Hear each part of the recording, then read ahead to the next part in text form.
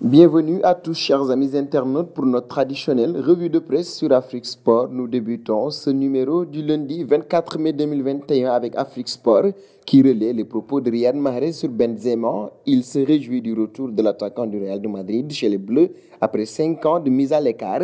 C'est une bonne chose pour lui et pour l'équipe de France. Je pense qu'il méritait d'y être depuis longtemps. Après, je ne connaissais pas le pourquoi du comment, mais c'est sûr que l'équipe de France a besoin de Benzema, a souligné le vainqueur de la CAN 2019 au micro de Beansport.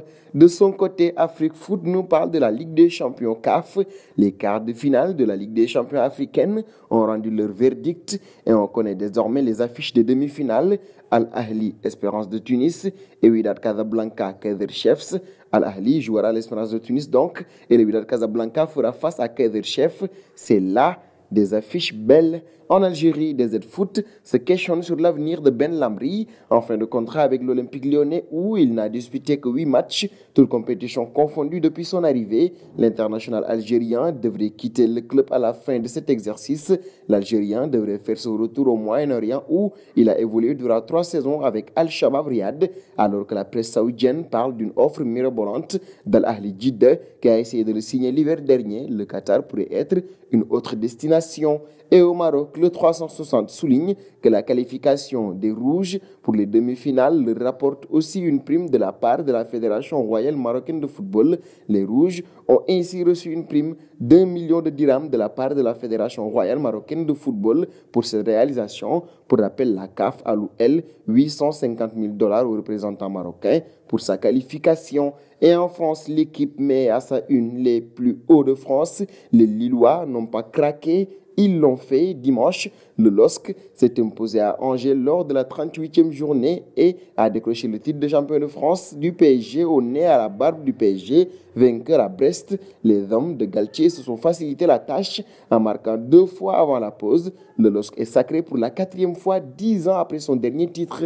Et en Italie, la Gazzetta dello Sport met à sa une la joie milanaise et turinoise. La 38e et dernière journée de Série A était le théâtre d'un duel au sommet dans la course à l'Europe. Si le champion est déjà connu et se nomme l'Inter, il fallait encore déterminer qui se qualifierait pour la Ligue des champions et la Ligue Europa. En position favorable avant le coup d'envoi, l'Atalanta recevait l'AC Milan dans un choc aussi alléchant que déterminant alors que Naples et la Juventus affrontaient respectivement l'Hellas Vérone et Bologne. À l'issue de la journée, le Milan et la Juventus passent en Ligue des champions et Naples est reversé en Europa League. Le tableau est complet. En Espagne, Marca illustre sa une par la célébration de l'Atlético de Madrid. Les colchoneros sont à la fête, tout comme Luis Suarez au stade Wanda Metropolitano. Durant la remise du trophée de champion d'Espagne, l'attaquant uruguayen a confirmé au micro de Movistar qu'il resterait chez les colchoneros la saison prochaine en déclarant oui.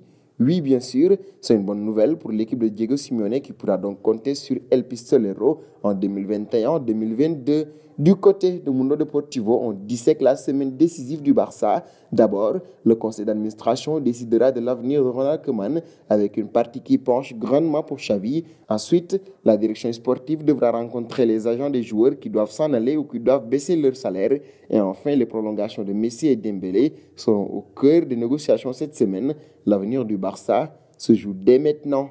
Nous arrivons au terme de cette revue de presse que nous fermons avec la question du jour.